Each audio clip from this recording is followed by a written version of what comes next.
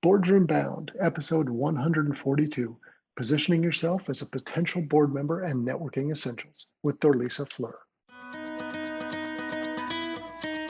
And so I kind of stepped back and evaluated the dialogues that I was having under this guise of networking.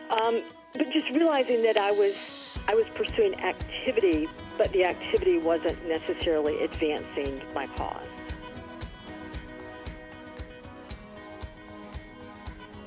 Hello, and welcome to this episode of Boardroom Bound. My name is Alexander Lowry, and this is the podcast dedicated to intentional leadership in the boardroom. My goal is to give aspiring existing directors the tips, tactics, and strategies necessary to transform your confidence and build a successful career as a board director. Quick reminder, you can get all of today's show notes at podcast.gordon.edu. And in today's episode, we're speaking with Dorlisa Flur.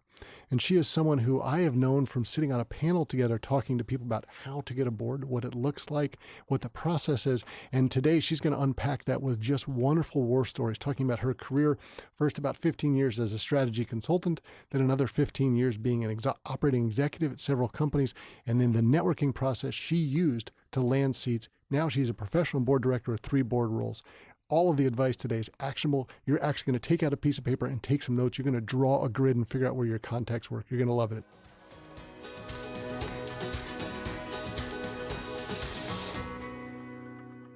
Before we jump into today's show, I'd like to share a message from our sponsor about director certification. Want to join your first board, or are you looking for additional board seat opportunities? In either scenario, be sure to be disciplined in your approach. Now, through the Becoming an Exceptional Board Director Candidate Coaching and Certification course, you get both modern board director candidate packaging and modern board operations knowledge integrated within one program. Remember, the key to landing additional or your first board seat is in your packaging. Make the effort to do it right. Program graduates also receive their globally recognized International Board Director Competency Designation upon course completion. It's designed for individuals and groups. You can learn more at bit.ly/IBDC-D. That's bit.ly, bit.ly/IBCDC-D. And now let's jump into the show.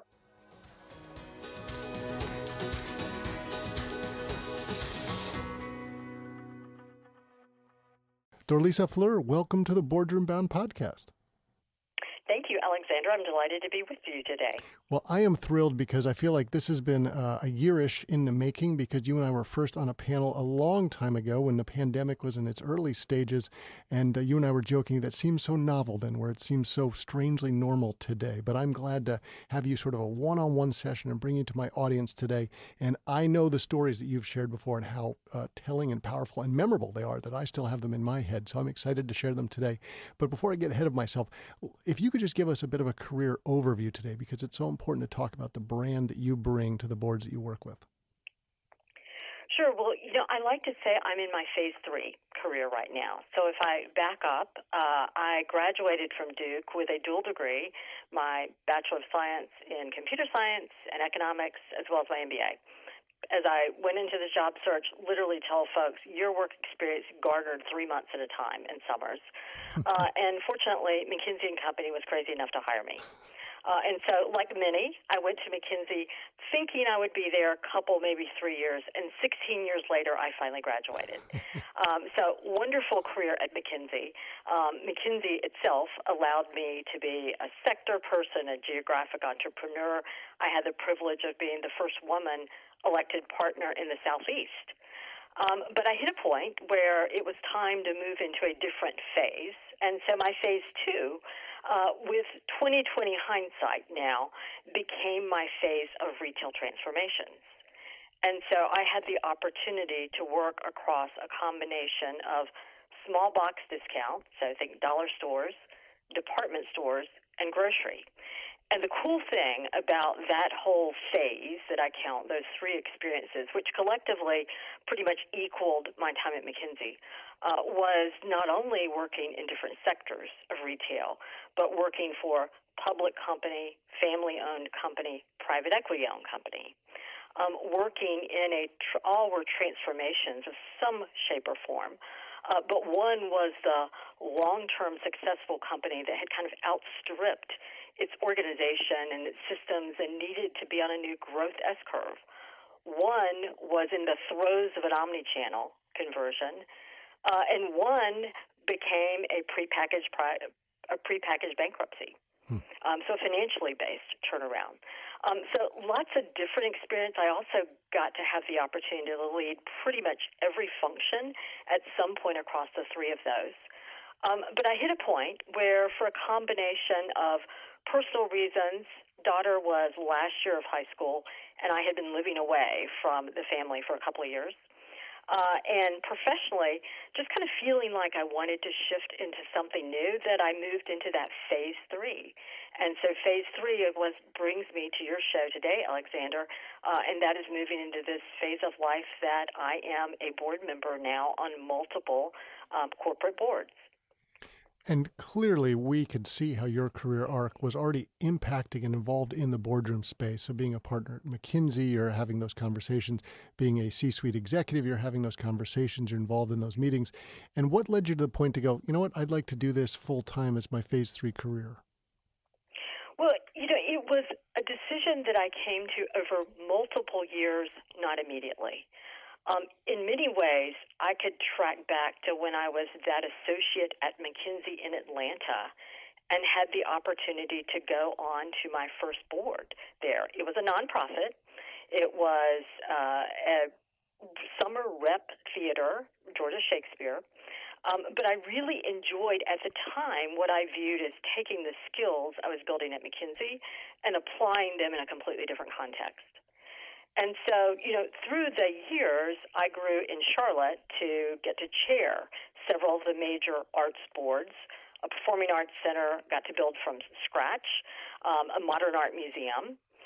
And I began to kind of say to myself, boy, this is really an interesting thing to do. I so enjoy that ability to go in and work with a leadership team in a board governance capacity that, question mark, would I like to do this on a corporate basis? Because candidly, I'd kind of gotten to chair all the major arts boards, which was really my passion on the side.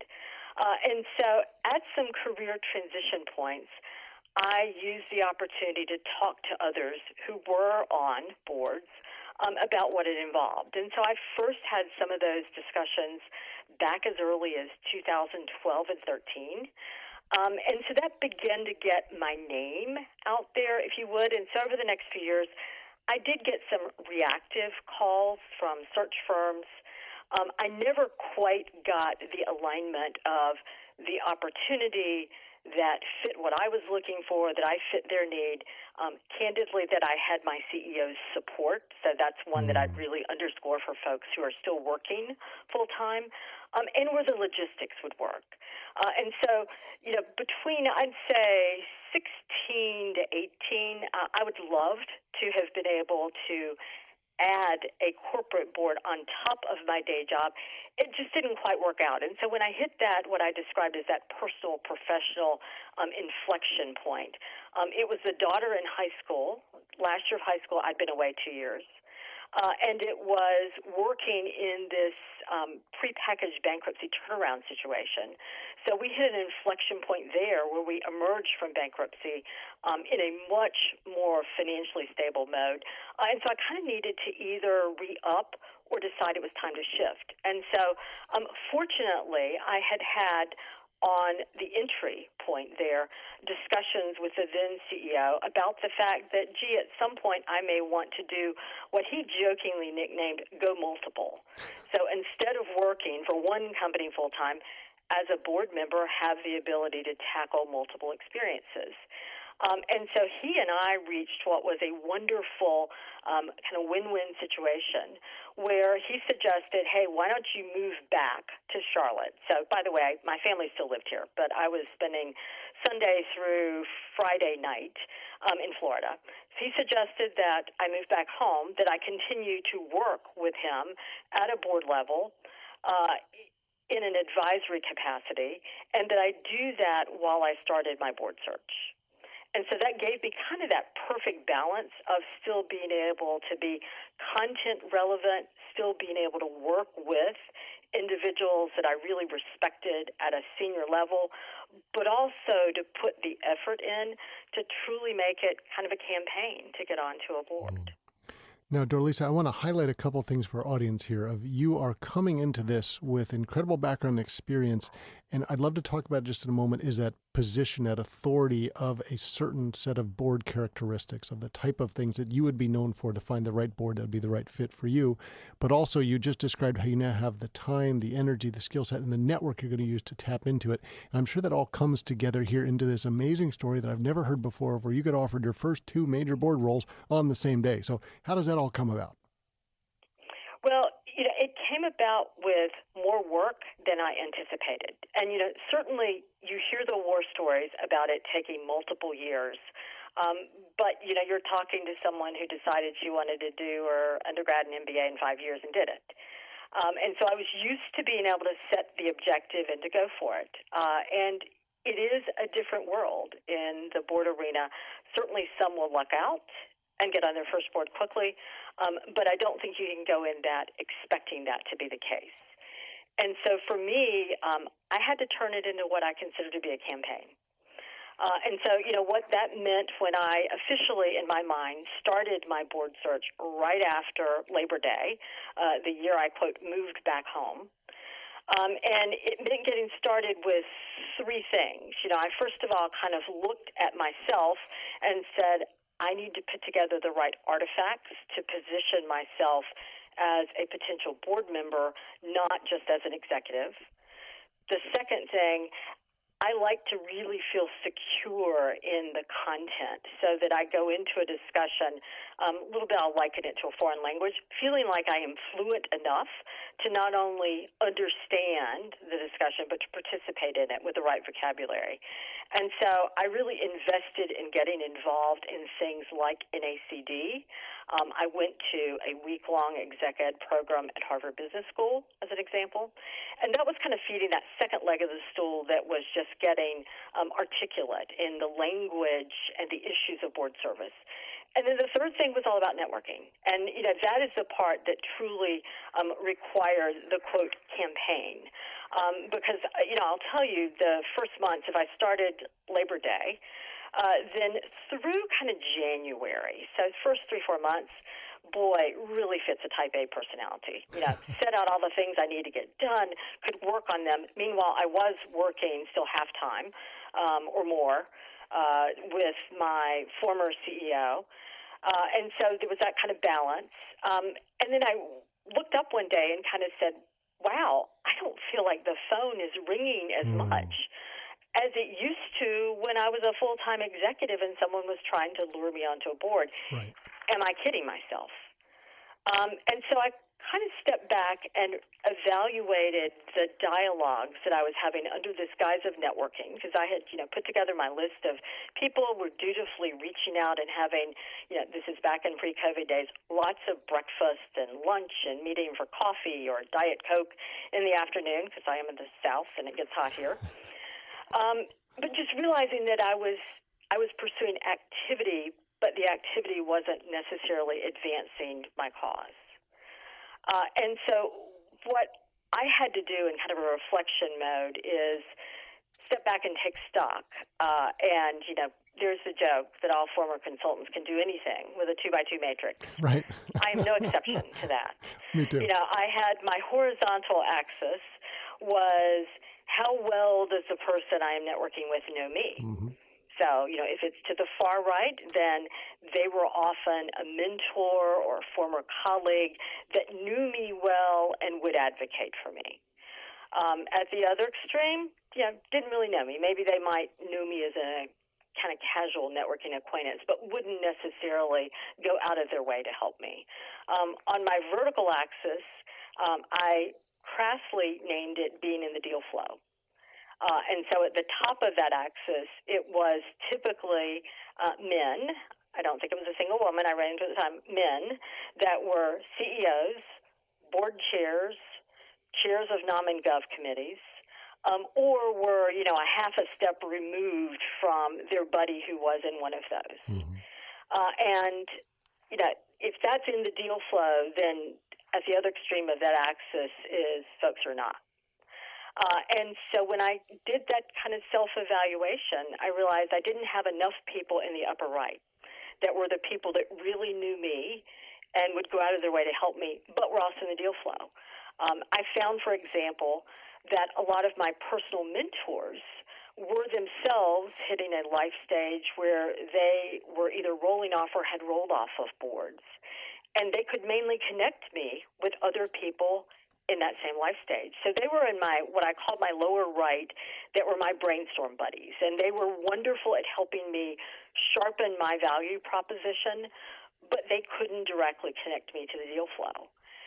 And, the lower left is where you realize that was some of the activity that was not advancing the cause. And so I always like my ABCD. So if I had my A's, my brainstorm buddies, my D's, they became my de-emphasized. And then the upper left became an area I really needed to focus on, and that was a group that I needed to cultivate because they were people who were in the deal flow, but they didn't necessarily know me. And so how I needed to very purposefully reach out to them and network with them. But in a lot of cases, it's, in a way that isn't just asking for help, but in a way that they start to see you doing things. So this is really helpful, Dorlisa. And as a former consultant, I think the exact same way, and I totally get the matrix you're saying, and I'm sure many of us are already plotting listening to this episode. Tell us about what it's like to actually cultivate those people. What does that feel like? And obviously things are a little bit different now in the world we live in with COVID, so maybe it's even a little bit more different still, but perhaps easier these days for people to jump on a Zoom call. You don't have to take their time to go meet for a coffee or a lunch. How would you recommend people listening to the show think about cultivating people in that quadrant? Well, I agree absolutely with your statement that the tactics may have changed in a COVID world, but the activities that you need to undertake are very much the same. And so, this was truly what I counted as my campaign. I am a very, some would say maybe OCD type, so I do like to-do lists and processes. And so I had a grid that I built out in PowerPoint just because it was easy, where I would literally step back and say, let me take a particular segment of my life. So let me look at senior executives in that upper left kind of cultivate quadrant that I know from some of my arts leadership roles in the community. And so I'd kind of take that segment, and then I would go through and do the research on them to figure out who was in the deal flow in areas that might be relevant to me. And so then I would take the, social courage in some cases to reach out to people that I didn't know very well. I'm a fairly electronic person, so I typically would have a first outreach that would be by email. But I'd put a lot of thoughtfulness into how I wanted to present myself, the reason I was reaching out to them, what my ask was. And then I would kind of track and manage things. And so I would, most everybody responded, but not everyone. And so, I would track when they responded and when I got an opportunity to get into kind of the, quote, scheduling flow, when we had an interaction, when we had the discussion, kind of come back and reflect from that on what either they had committed to do for me or I had committed to do for them. And then how to follow that up. And, it's an art, not a science when you get into that, because you have to walk that delicate balance of not wanting to lose an important lead, but also not wanting to annoy people. And I imagine, and it's funny, we've joked about this before, but your process resulted in incredible results that you landed 2 board seats within about a year. And most people would say it takes, depending on the amount of time and perhaps the quality of your network, maybe more or less a year and a half to 3 years to do that typically. Do you feel like anything that you did was a sort of a magic sauce that made something happen there? I wish there were a magic sauce. I would say it was more akin to what someone would say, elbow grease. Working hard. Right. But in both cases, the 2 that I got same day, I would relate back to this very purposeful and diligent approach. So one example was going to a local NACD chapter meeting where one of the sponsors from one of the major accounting firms, I was speaking to the individual who led the local office. And during our conversation, the person knew I was there in part getting educated, but also networking. And she said, send me your resume because we actually maintain a database of board-ready individuals. And so I'd be happy to post that. I sent her my material. I learned that this particular accounting firm was actually fairly unique in that they have a full-time person that is dedicated to managing that list of board-ready folks. And so, a few months later, I networked directly with that person who managed the process and their data.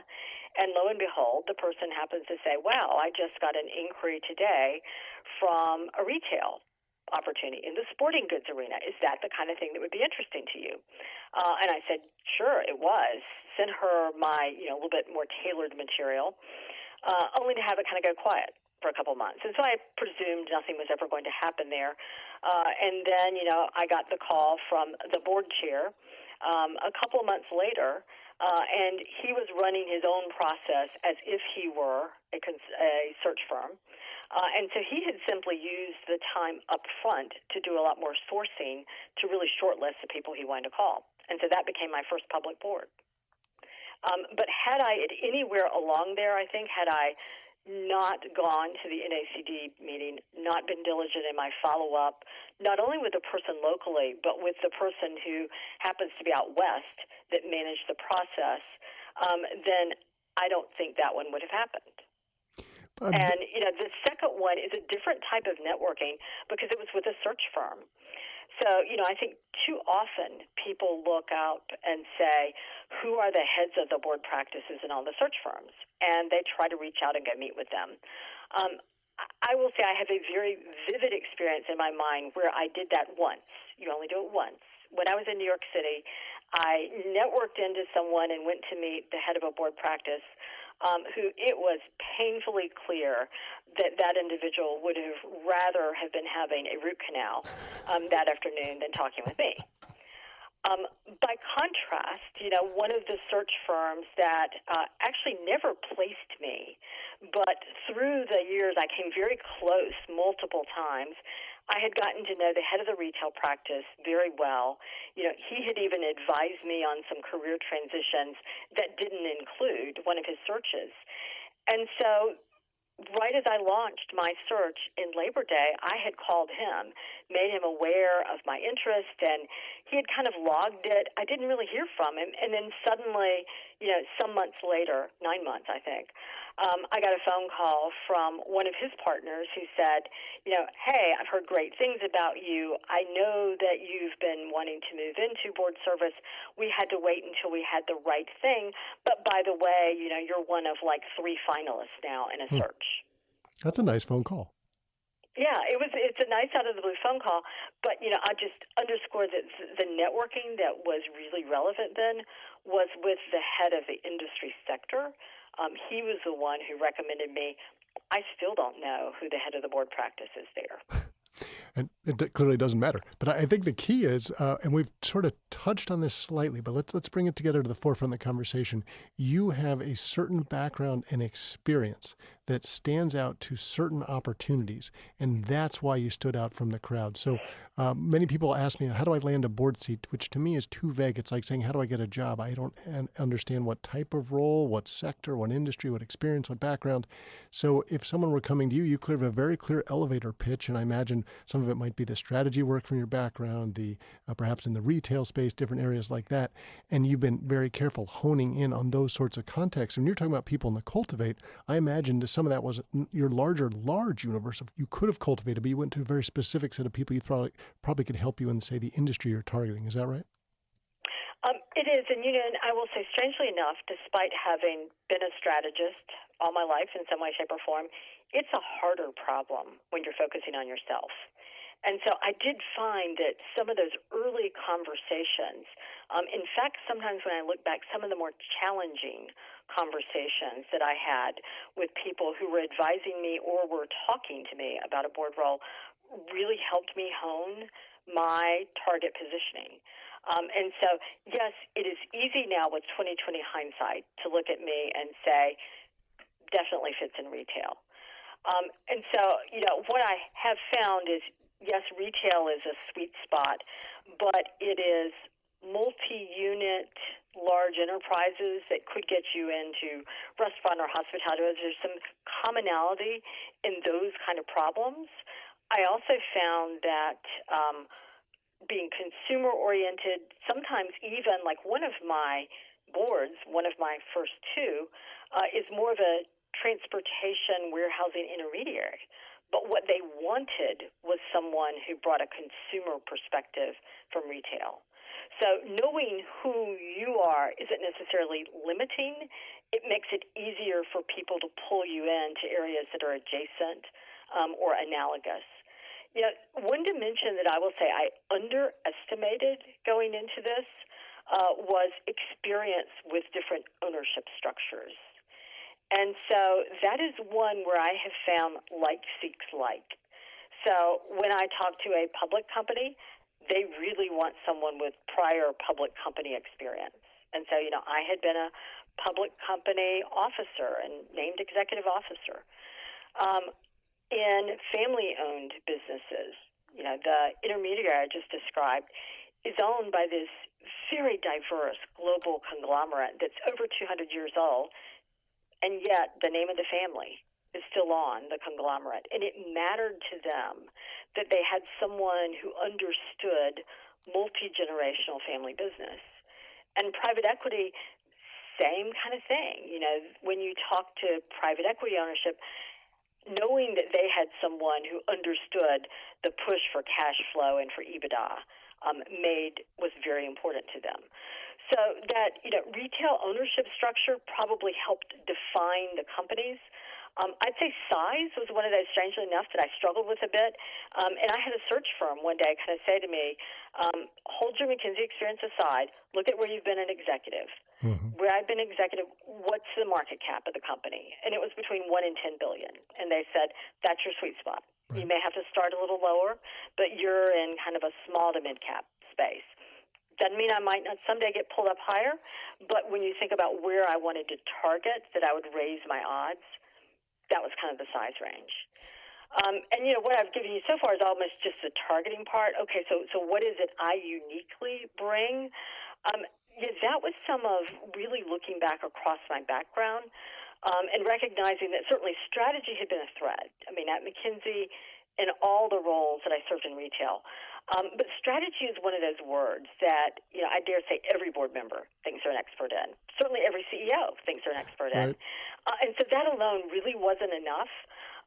So the more nuanced theme I found as I looked at, frankly, where I felt like it added the most value as an executive tended to be in these transformational situations where the from and the to were fairly different. And in particular, where the path from the from to the to had some element of advanced analytics and technology, whether that was automation of core business processes or omni-channel as you tried to create a seamless mixture of mobile and online and stores. And so those themes of transformation and how you really refresh and revitalize the company and the brand, particularly through the use of technology, became things that were a big part of my personal value add. So, Dorlisa, clearly you had spent a massive amount of time thinking this through, talking with people, resulted in 2 board roles coming together on the same day, which is fabulous. But it wasn't long after that till you landed another public company board role. Now you are absolutely a professional director. You have 3 big boards. Talk about how that third one came about. So the third one was my most direct networking connection. And so if my first 2 boards were July of one year, the third one I officially joined January the following year, but it effectively happened in the fall of that first year. And so as I started my board search, so again, think back to that momentous Labor Day that got me started, I had looked at my McKinsey network as one example. And one of the things I did was looked at, hey, who did I work with? Really, there was more peers, because this was the moment of enlightenment that my mentors were retiring, that were CEOs. And so I reached out to some friends who were CEOs in retail or retail-related, consumer-related roles. One in particular was a gentleman who his board was 40% women. So between you and me, and this is short-sighted in my own behalf as a woman, I in no way thought he would want to have another woman on his board. I called him and kind of almost jokingly said, "Wow, you've really got some secret sauce by getting 40% women. How do I get you to promote that to all of your male CEO peers? And, when you get called for referrals, I'd like to be a name that you think of." And so, again, not at all thinking I was really positioning myself with him because he already had too many women, right? He was way over what some of the thresholds of 2020 women on boards are now 50-50. I guess he was ahead of himself. Right. He was in the 50-50. And so, less than 9 months later, I got a call from his Nom and Gov chair while I was at another board offsite saying, "Hey, wonder if you would like to talk to us. We've kind of had an opening that we weren't expecting." It turns out that a board member who had been a CFO had just been promoted to CEO of his company, and as a result, he was going to have to withdraw from his board seat. And so they had a slot. They said, "We want to try to get someone to come in and meet the board." We already, I knew the CEO. I had met conversationally a few other board members before in a different context. And so I got invited down to meet with them at their November board meeting, went into the proxy statement, and was elected the following January. So good. Let's summarize today's episode, and we'll talk about due diligence here for the last few minutes, because it's so important that you've talked about finding an opportunity. The opportunity found you, however you want to think about it, because you've done all this work. Explain what it's like to someone, since you've done this several times now. The due diligence is so important and yet can be so hard in some organizations to find out that you're a good fit. This is going to be a good experience for both sides, and therefore you want to pursue it. What's that like, and what do you recommend to the audience listening today? Assessing the fit side. So it's a left brain and a right brain activity, or some may say, science and art, if I want to keep them aligned. You can go online and do a lot of research about a company, and I did that. Go and particularly with a public company, you can pull their annual report, their proxy statement, their recent earnings calls. Look at their website. Great thing as a retailer, and until COVID, you could even go in their stores and look at them. And so you can get a good idea about the company and its health and what it's tackling. And so, remember that I'm best when I'm in a transformational situation. So is this one where their context is one that I'm going to uniquely be able to add value? The trickier part is what I have now, started to almost say to myself is kind of a form of social or cultural anthropology.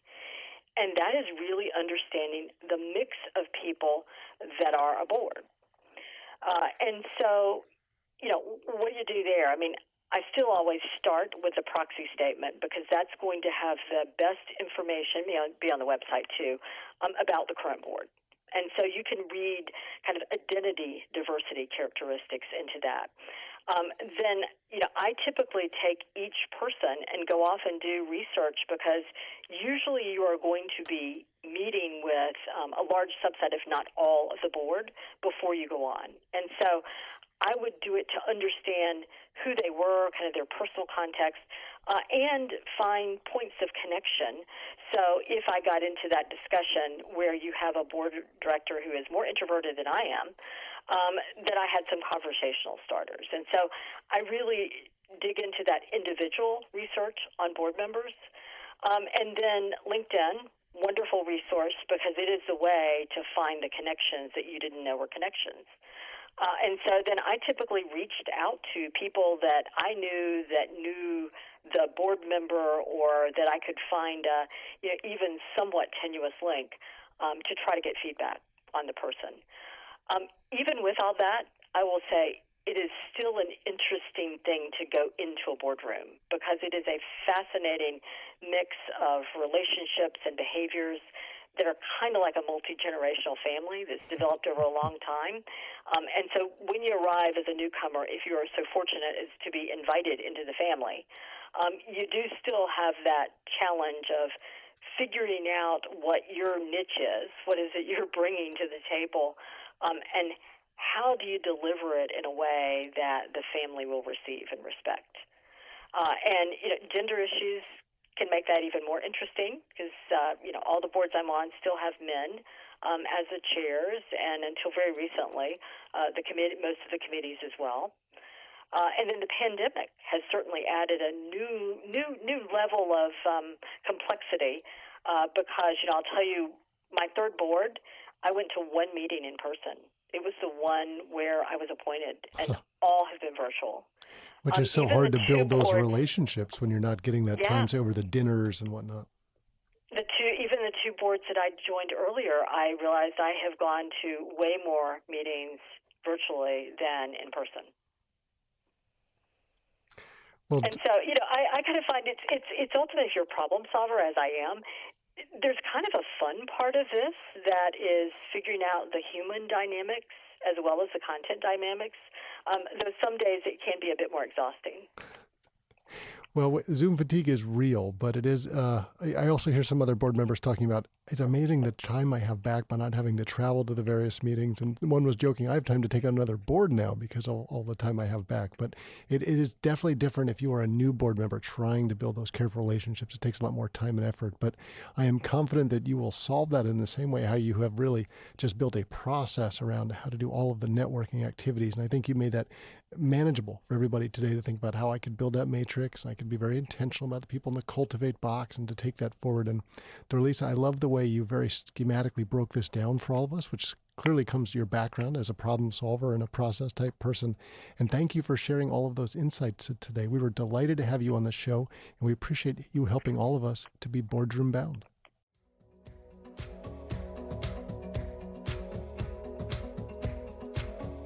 That's it for this episode of Boardroom Bound. I really enjoyed chatting with Dorlisa Flur, and I love the way, and she's very clear, she's a strategy, she's a process person, how she designed that intentional approach that she took to the networking for the board roles. I think all of us grabbed a piece of paper, drew our own 2x2 grid during this conversation, started sketching the names out and thought, okay, those are the cultivate people I'm going to begin talking to now. So easy, actionable advice for all of us today. Now remember, if you head over to podcast.gordon.edu, you'll find links to all of today's resources. And please note, the Boardroom Bound team and I are so proud to be your go-to podcast for all things that connect, prepare, and empower you to land a board seat. Be sure to subscribe to this podcast so you'll miss any of the high-quality content that we're bringing to you every Wednesday. Thanks for joining me today. I can't wait to share more stories and strategies from brilliant business minds with you again next week. Remember to keep tuning in to be Boardroom Bound.